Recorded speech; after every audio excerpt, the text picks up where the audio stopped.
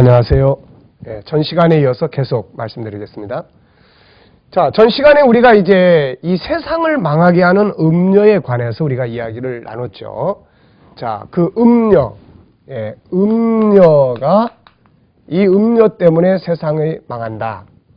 자, 그런데 이 음녀가 타고 앉은 것들이 있었죠. 많은 물, 두 가지 타고 있었는데 많은 물, 이건 뭐였죠? 백성, 그 다음에 무리, 사회, 공동체, 그 다음에 열국, 나라들이죠. 그 다음에 언어, 방언. 네. 그 다음에 또 하나는 타고 있었는데 그게 뭐였느냐? 그거는 7머리 10뿔 달린 짐승을 타고 있었다. 자, 요거는 7나라죠. 네. 그래서 애국부터 시작해서 신로마까지 7나라. 그러니까 이 음녀가 이렇게 백성들, 무리, 나라, 언어를 다 타고 앉았는데 그 중에 대표적인 나라가 바로 7나라였다 하는 것입니다. 이게 바로 인류 역사를 움직여온 대표적인 나라들입니다. 모든 문화, 문명은 다 이 나라들을 통해서 발전해 왔고 오늘에 이르게 된 거죠. 자, 그 다음에 이제 우리가 여기서 이제 기억해야 될 것은 이제 음녀는 어떤 모습을 가지고 있느냐. 네, 그래서 음녀는 여기에서 아주 사치한 모습을 가지고 있었죠. 사치. 붉은빛 옷을 입고 손에 금잔을 가지고 있는데 이 금잔이 이 안에 뭐가 들었어요? 가증한 것이 들어있고 이거는 우상. 네, 우상. 귀신 숭배하는 거, 점치는 거, 뭐 우상. 그 다음에 또 하나는 음행이죠. 음행. 네. 지난 시간에 음행이 뭐라고 그랬습니까? 우리가 창조의 질서를 보면 음행이 뭔가 알 수 있죠. 자, 하나님이 생육번성, 천국 백성을 양육하기 위해서 어떻게 했습니까? 남성, 여성. 물론 영혼은 남성, 여성이 없습니다. 영혼은 다 하나님의 형상을 가진 그런 존재지만은 육체는 남성, 여성 이렇게 구분되어 있죠. 왜 그렇습니까? 생육번성을 위해서예요. 그래서 남성, 여성을 묶어서 한 가정을 이루는데 이게 막 다처주의가 아니라 일남일녀죠. 네, 갈비뼈 하나를 취해서 한 여자를 만들었고 그래서 한 가정을 이룹니다. 그래서 이것이 정상적인 사랑이에요. 네? 사랑. 우리가 사랑 그러면서 이상한 사랑들 많이 이야기하는데 여러분 생각해 보십시오. 사람이 동물을 사랑한다. 이건 차원이 다른 거 아닙니까? 네? 우리가 생명을 사랑한다. 그런 차원에서는 예를 들어서 뭐 동성애자라든지 또 소수 인권을 가진 자를 사랑할 수 있습니다. 종교가 서로 다르다 사랑할 수 있어요. 그렇지만은 그 잘못된 가치관, 그걸 우리가 육적인 사랑, 말도 안 되는 이야기 아닙니까 이게? 그래서 한 남자와 한 여성으로 이루어지는 가정을 벗어나서 이성끼리, 다른 이성끼리 막 육체적 사랑, 이게 음행이에요. 그 다음에 또 하나는 이 남성이 남성과 여성이 여성과 때로는 인간이 동물과 이런 것들이 바로 음행입니다. 이것은 무서운 죄악이고 형벌이죠. 그래서 우리가 요한계시록 21장 8절에 보면 마지막 지옥의 형벌에 들어가는 자들도 다 음행하는 자들과 이런 자들이 다 들어가게 되게 되는 것이죠. 자, 그러다 보니까는 지난 시간에 오늘날 가장 우리에게 큰 문제가 되는 것이 바로 동성에 대한 결혼. 이 문제입니다. 이 문제. 네. 그러니까 지난날에는 동성애자들을 봤을 때 이거는 죄다. 또 한편에서는 정신적 질환을 가지고 있기 때문에 치료를 받아야 될 대상들이다. 여기까지는 다 그래도 좋다는 이야기죠. 또 이해할 수 있고 그 사람들 다 사람이기 때문에 국률이 여겨야 되고 뭔가 도울 수 있는 부분이 있으면 도와야 된다는 거죠. 그런데 이제 그 다음에 이게 자꾸 미화되기 시작을 합니다. 이제 개인의 인권이다. 인권을 존중해 여겨야 된다. 소외된 자들, 이들의 소수 인권을 무시하면 안 된다. 그러다 보니까 이제 어떻게 됩니까? 이제 그들도 사랑할 권리가 있다. 이건 사랑이 아니에요. 이걸 어떻게 사랑이라고 이야기합니까? 자, 그 다음에 이들이 결혼을 할 수 있도록 해야 된다. 해가지고 그런 것들을 드라마나 영화나 이런 데 자꾸 미화시킵니다. 그 다음에 이걸 이제 합법화시켜요. 결혼을. 자, 어떻게 이성이 서로 결혼을 할 수가 있겠습니까? 이 서로 동성이. 이거는 안 되는 거잖아요. 자, 그런데 이제 이 동성이 결혼을 합법화시킨 나라가 이번에 그 법을 통과시킨 프랑스까지 14개 나라라는 겁니다. 더군다나 이 나라들이 다 소위 말하면 선진국이라는 나라들이에요. 선진국. 예? 뭐 프랑스, 그 다음에 뭐 스웨덴, 그 다음에 또 뭐 스페인, 그 다음에 뭐 캐나다, 그 다음에 또 뭡니까 뉴질랜드 뭐 이런 나라들. 자, 그러니까 이게 참 얼마나 이게 선진국이라는 것이 물질 문명이 발전하고 했다고 해서 이게 선진국 될 수 있는 게 아니에요. 여러분 생각해 보십시오. 같은 남성이 결혼을 했어요. 한쪽은 어머니 역할을 하고 한쪽은 남성 파트를 해요. 그들의 성생활의 문제점, 그리고 그 이후에 다가오는 어떤 그 정신적 고통, 더군다나 문제는 그 속에서 자녀들을 입양시켜가지고 아이들을 입양시켜 키운다는 거죠. 이미 미국 같은 데서는 미국에서도 9개 주에서 벌써 이 부분들을 법으로 합법화시켰는데 유치원에서 아이들이 이게 이제 가정에 대해서 공부를 할 때 이런 혼선을 벌써 가지고 온다는 거죠, 이게. 자, 이런 문제들이 이게 지금 얼마나 우리 사회에 그런 혼돈을 가져오긴지. 근데 우리나라도 지금 자꾸 이런 부분들에 대해서 선진국도 이러는데 우리나라는 뭐 이러냐, 기독교 소수 기독교인들이 반대해가지고 이건 뭐냐, 막 이런 비판을 지금 우리가 받고 있는 것입니다. 그런데 여러분, 인간이 만드는 법이 과연 다 이게 옳은 것이냐? 인간이 합법화하는 것이 하나님 보실 때는 때로는 무서운 진노의 법이 될 수도 있잖아요. 그래서 우리는 이런 부분들에 대해서 특별히 마지막 시대에 이런 상황들이 정말 이런 선진국들, 세계의 올바른 가치를 심어야 될 이런 나라들이 이런 것들에 대한 잘못된 법을 만들고 이런 것들을 합리화시키고 이게 소수 인권이다. 이게. 예? 이러다 보면 이제 이런 것들이 앞으로 군대 내에서 학교 안에서 사회 속에서 때로는 자기들이 어떤 재미를 쫓아서 이런 일이 얼마나 많아지게 될 것인지에 대한 우리는 정말 답답한 마음을 가지고 있게 됩니다. 자, 어쨌든 이 음녀는 바로 이런 모습이에요. 사치하고, 자, 사치합니다. 그 다음에 우상숭배, 가증한 우상들이 있습니다. 그 다음에 음행입니다. 예, 우리 성도들 바로 이런 성생활, 정말 하나님이 주신 질서에 따라서 좋은 거룩한 관계, 아름다운 관계들을 만들어 갈 수 있어야 될 겁니다. 자, 그 다음에 보면은 이 여자가 또 하나의 이 특징이 있어요. 6절에 보니까 내가 보면 이 여자가 성도들의 피와 예수의 증인들의 피에 취한지라. 성도들의 피에 취했어요. 성도들의 피. 네.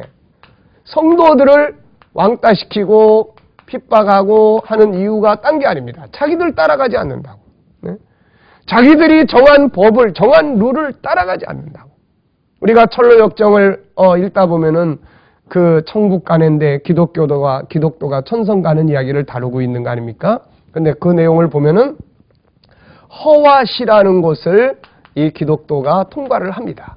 근데 그 안에 들어가니까 온갖 이런 것들이 꽉 차 있는 거예요. 사치, 가증한 것, 음행, 그리고 막 이런 그 방탕과 이런 것들이 꽉 차 있어요. 사람들이 막 먹고 마시고 즐기고 다 좋아합니다. 누리고 성적 타락 뭐 다. 그 사람들에겐 그게 진리예요. 그게 법입니다. 그게 시대의 흐름이에요.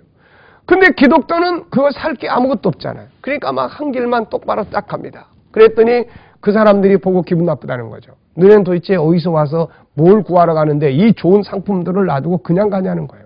그래서 기독교가 우리는 진리를 구한다. 진리를 찾기 위해서 간다. 그랬더니 그 성의 사람들이, 여기에 취해 있는 사람들이 이 기독교 성도들을 이제 그 질서를 흐트리는 놈들이라고 그러면서 잡아다가 이제 재판정에 넘깁니다. 그래가지고 그 재판정에서 이 기독교가 여기에서 이제 형을 받아요. 왜? 그 성의 질서를 어지럽히는 놈들이다 해가지고, 그래서 한 사람 죽고 기독교는 간신히 탈출해서 거기에서 이제 천성을 향해서 가는 이런 내용이 나와요. 바로 이겁니다. 이거. 네. 보십시오. 앞으로 이제 이런 것들이 만약에 법으로 정해지고 그러면 이제 이거 비판하면 이제 잡혀가고, 그잖아요. 이걸 죄인이라 그러면은 이거 이제 붙잡혀가거나 이런 문제들이 생길 수 있다는 거죠. 자, 종교의 자유국가, 민주주의 국가, 정말로 자유가 있는 곳에서 사실은 이런 엉뚱한 사건들이 지금 벌어지면서 앞으로 우리 교회들이 크게 긴장해야 될, 성도들이 긴장해야 될 이런 문제들이 생겨요. 그러면 이제 아이들에게나 성도들에게나 자칫 잘못하면 이제 회개하세요. 이런 말 할 수 없는 이런 시점이 돼요. 뭘 회개를 해야 되는 겁니까? 이런 것들이 다 합법화되어 버리는데 이게 뭘 회개를 해요? 세상에서는 그게 다 합법화되어 버린 건데 정말 이런 문제들. 그래서 우리가 하나님의 백성들이 정말 하나님 법을 알고 그런 잘못된 것들을 바르게 알고 그 속에서 믿음을 지켜갈 수 있는 이런 가치관이 우리들에게 정말 필요한 시대를 살고 있습니다. 자, 음료의 모습은 이래요. 자, 그 다음에는 이제 이 음료가 이제 음료의 이름이 나옵니다. 이제 음료의 이름. 네, 그래서 음료의 이름이 나오는데요. 여기 보면은 5절 말씀. 그 이마에 이름이 기록되었으니 비밀이다. 비밀. 우선 사람들이 몰라요. 이 비밀을. 이런 것들을 당연한 것이다. 개인주의다. 무슨 개인의 인권을 해방시키는 거다. 소수 인권들에게 자유를 주는 거다. 평화다. 그러면서 사랑이다. 그런 그 배후의 그것들의 질서의 배후가 뭔지를 몰라요. 그래서 이 사도 요한은 비밀이다. 이렇게 이야기하고 있어요. 비밀이다. 그 다음에는 큰 바벨론이다. 이렇게 이야기해요. 큰 바벨론이다. 네, 큰 바벨론이다. 자, 이 바벨론이라는 이름은 때로는 이 세상을 가리켜서 뭐 애굽이다, 소돔이다 이렇게도 표현을 합니다만은 이 세상을 가리키는 명칭 중에 하나가 큰 바벨론이에요. 큰 바벨론. 우리가 바벨론 그러면은 어디를 생각할 수 있냐면은 우선 바벨탑을 생각하게 됩니다. 왜? 이 모든 사상은 노아 홍수 심판 이후에 거기서부터 흘러나왔어요. 거기서부터. 그래서 우리가 성경 한 곳 찾아보죠. 성경 한 곳을 보면은 에레미야서 51장을 보면 자, 에레미야 51장 7절 말씀을 보면은 바벨론은 여호와의 수중에 온 세계로 취케 하는 금잔이라 열방이 그 포도주를 마시고 인하여 미쳤도다 이렇게 이야기를 합니다. 그러니까 바벨론에서 나오는 이런 것들이 이 17장 2절에 있는 것처럼 온 세상을 취하게 만들어요. 온 세상을 타락하게 만들고 병들게 만들어요. 오늘날 우리가 살고 있는 시대는 이제는 어디로 피할 데도 없습니다. 온 세계가 하나의 인터넷 속에서 스마트폰이라는 하나의 내용 속에서 그저 맨날 벗고 맨날 즐기고 맨날 마시고 맨날 그런 것들이 심지어는 그런 가수들이 요즘 너무 지나치다. 이게 무슨 뭐 퇴폐냐 아니면은 이게 무슨 진정한 이게 뭐 음악이냐 이럴 정도로 지금 우리 사회는 병들어가고 있습니다. 그러면서도 사람들은 그것을 좋다고 환호하고 즐기고 그것에 못 쫓아가서 날리고 막 그런 상황이 되지 않습니까? 이게 온 세계를 취하게 하는 거예요. 이 바벨론이. 이 여자가 바로 그런 거예요. 그 다음에 땅의 음녀들과 가증한 것들의 어머니의 어머니, 음녀들과 가증한 것들의 어머니요. 여기서부터 나온다 그런 이야기예요. 어머니. 네. 어머니. 자, 이런 존재 때문에 세상이 망하는 겁니다. 이제 그 밑에 이야기는 다 이제 지난 시간에 우리가 살펴본 것처럼 일곱 머리 용에 대한 이야기를 이제 우리가 여기에 나타나고 있습니다. 그러니까 그 부분들은 여러분들이 이제 다 재차 설명 안 해도 아시겠죠? 그래서 7절에는 일곱 머리 열불 비밀.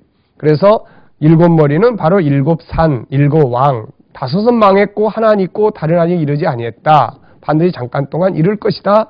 그가 오면은 열불이 그에게 권세를 줄 거다. 뭐 이런 내용들이죠. 그리고 14절에 저희가 어린 양으로 더불어 싸운다. 예수 그리스도와 그에게 속한 자들과 싸우게 된다. 이제 그런 내용들이에요. 그리고 이제 15절에 가보면은 앞서서 우리가 이야기한 것처럼 이 음녀가 타고 앉아있는 그런 이제 물이 뭐냐. 예, 요 이야기 했고요. 그리고 16절에는 네가 본바 열불과 짐승이 음녀를 미워하여 망하게 하고 벌거벗게 하고 그 살을 먹고 불로 아주 사르리라. 자, 요 일곱 나라가 누구 때문에 망합니까? 음녀 때문에 망한 거예요. 그러면은 이 일곱 나라가 망하면서 누구에게 원수를 갚아요? 음녀에게 원수를 갚는 거예요. 이게 의인화시켜서 설명한 내용인데 결국은 나라가 망하면서 뭣도 같이 망해? 음녀도 같이 망한다. 그런 이야기입니다. 그래서 결국 일곱 나라가 망할 때 음녀도 불에 타서 망하게 되는 것이다. 자, 그렇다면 이제 우리가 마지막으로 정리해야 될 내용이 무엇입니까? 이 음녀가 뭐냐? 이런 거죠. 18절에 보면은 내가 본 바 여자는 땅의 임금들을 다스리는 큰 성이라 하더라. 이 여자가 땅의 임금을 다스리는 큰 성. 네, 여기 또 큰 성. 그래서 옛날에는 음녀를 뭐 미국이다, 또 뭐 일본이다, 혹은 뭐 로마의 그런 교황청이다, 뭐 여러 가지 이야기를 했습니다만 이건 그렇게 볼 성질이 아니에요. 왜냐하면은 이미 앞에서 이 여자가 타고 앉은 물 자체가 이렇기 때문에 이 여자가 타고 앉은 게 온 세상이에요. 그러니까 이거는 단순히 어느 한 성을 말하는 게 아니에요.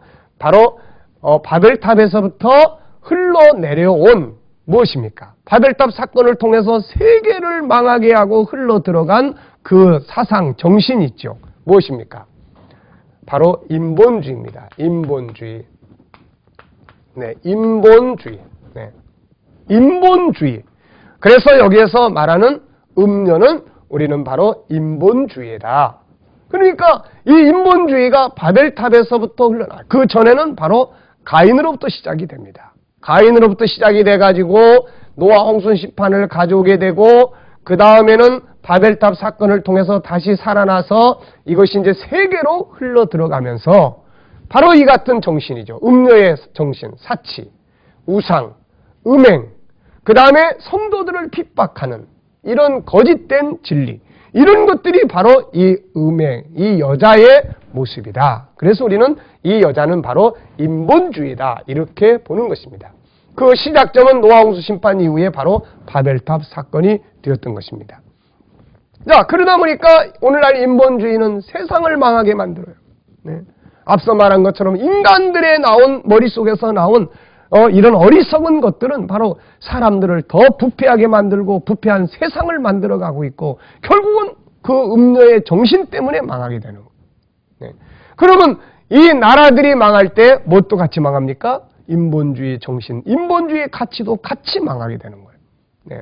그래서 우리 성도들이 바로 신본주의적 가치관.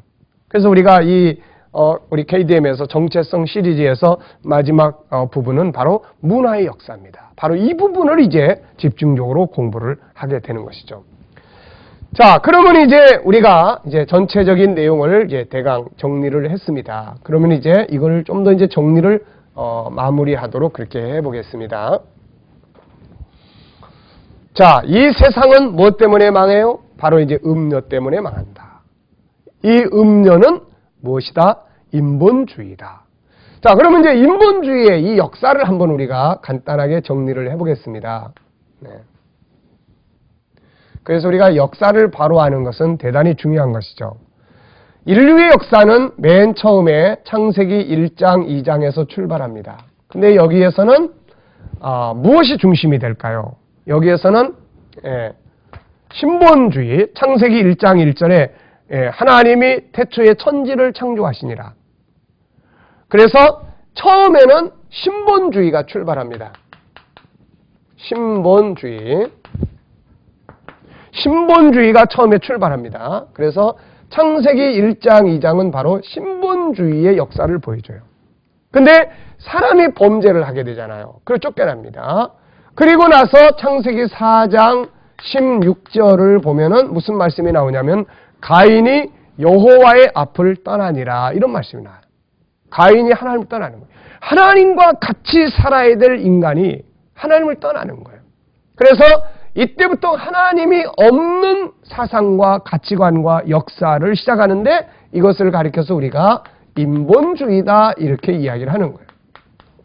네.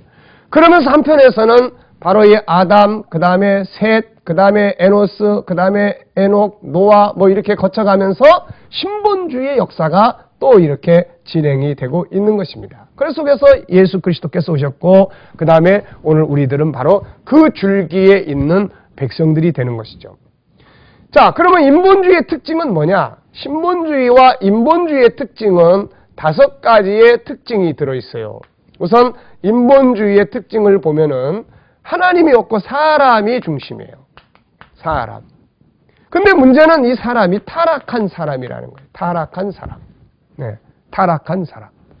자, 이 타락한 사람이 중심이 되다 보니까 인본주의는 항상 끝이 타락하게 돼 있는 거예요. 끝이. 그 다음에는 인본주의는 하늘이 없어요. 천국이 없습니다. 천국. 그래서 항상 세상 나라, 이 땅의 것만 추구를 해요. 그 다음에 세 번째는 인본주의는 영적인 세계가 중심이 아니라 항상 육적인 세계, 물질적인 것, 이게 중심이에요.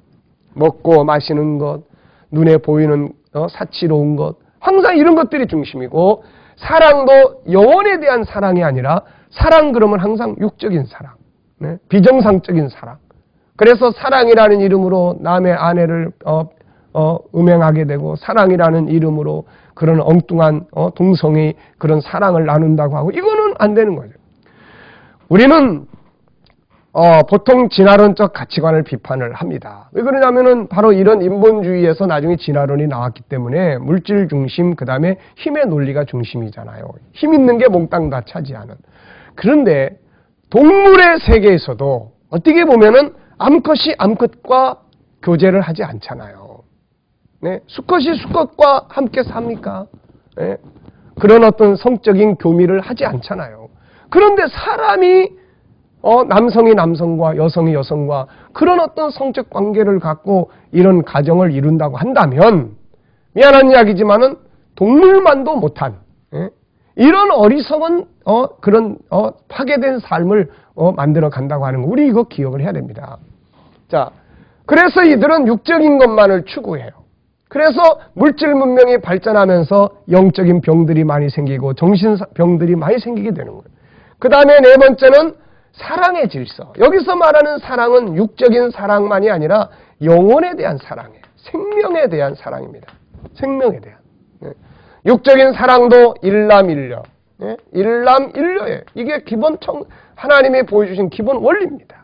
우리 이 법을 지켜갈 수 있어야 해요. 그래야 거룩한 가정, 거룩한 사회가 될 수 있고, 그 다음에 안정된 질서가 될 수 있고, 여기서 태어난 자녀들이 올바르게 커갈 수 있는 이런 게 되는 거예요, 이게. 자, 그 다음에는 여기에는 구원이 없어요, 구원이. 예. 인본주의는 사랑의 질서 대신에 약육강식의 질서가 있어요, 약육강식. 강한 자가 약한 자를 지배하는 이런. 모든 게 다 힘의 논리예요. 여기에 고통이 있고 괴로움이 있는 거예요. 우리 사회 구조가 지금 이런 거 아닙니까? 네. 구원이 없어요. 구원의 필요성도 느끼지 못하는 거죠. 그래서 이제 이런 인본주의가 결국은 물질 중심, 그 다음에 타락, 음행, 이런 것들을 만들어놔요. 그래서 이 인본주의가 결국 처음에 맞이한 것이 뭡니까? 노아 홍수 심판이에요.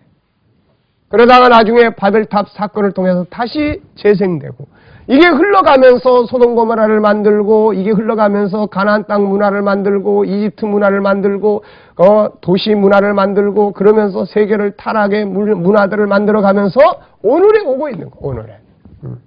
그래서 이 인본주의, 이것이 바로 음력, 이것이 바로 온 세상을 멸망하게 만드는, 이게 지금 우리들의 텔레비를 타고 앉아있지요, 드라마를 타고 앉아있지요, 그 다음에 또 우리의 스마트폰을 타고 앉아있지요, 우리 인간들의 머릿속에 타고 앉아있지요, 나라를 타고 앉아있지요, 네? 사치와 향락과 음행과 이런 것들이 정말 온 세계다. 지금은 우리들의 언어까지 타고 앉았단 말이에요. 아이들의 언어 속에. 네? 정말 이 음녀의 사치와 폭력과 음행과 이런 것들이 빠져버리면 말이 안 될 정도로. 네? 지금 우리는 바로 그런 무서운 시대를 살고 있다는 것을 우리는 직시해야 합니다. 자, 이렇게 해서 이제 우리가 이제 계시록 17장에 이 세상이 왜 하나님의 일곱 진노의 대접을 받고 망하느냐, 예, 그 배경을 봤어요. 노아 홍수 심판이 왜 왔습니까? 애굽이 왜 망했습니까? 가나안 땅이 왜 망하고 쫓겨납니까? 소돔 성이 왜 망합니까? 로마 제국이 왜 망합니까? 이 세상 나라들이 왜 그렇게 망하고 하는 이유가 어디 있습니까? 바로 이런 잘못된 가치관들, 결국 음녀의 사상과 음녀의 그런 가치관 속에 지배당하면서 타락하고, 타락하면 힘이 빠지는 거예요. 싸우게 되고 분란이 일어나게 되고 희망이 없게 되고 이런 상황들을 만나게 되는 것입니다. 그래서 이런 결과로 나타나는 것이 이제 일곱 재앙, 마지막 일곱 재앙이 쏟아지는 건데, 이 장면을 다시 언급한 것이 이제 계시록 18장의 내용입니다. 그래서 계시록 18장은 바로 이런 부분들에 대해서 이제 이런 음녀가 세계를 지배하기 때문에 결국은 망하는 것이다. 태국의 넝카이라고 하는 곳에 가보면 이런 동상이 하나 있습니다. 아픈 사람입니다. 사람의 얼굴. 근데 이게 동상인데 뒤로 돌아가면서 이게 결국 뭘로 나타나냐면은 맨 위에 가면은 뱀의 머리가 나와요. 이게 뱀의 머리. 그리고 이 앞에는 뭐가 있냐면은 지구, 둥그런 지구를 안고 있어요. 이 장면을 보면서 저는 깜짝 놀랐습니다. 야, 바로 이거다 이거. 네, 계시록 17장이 이거.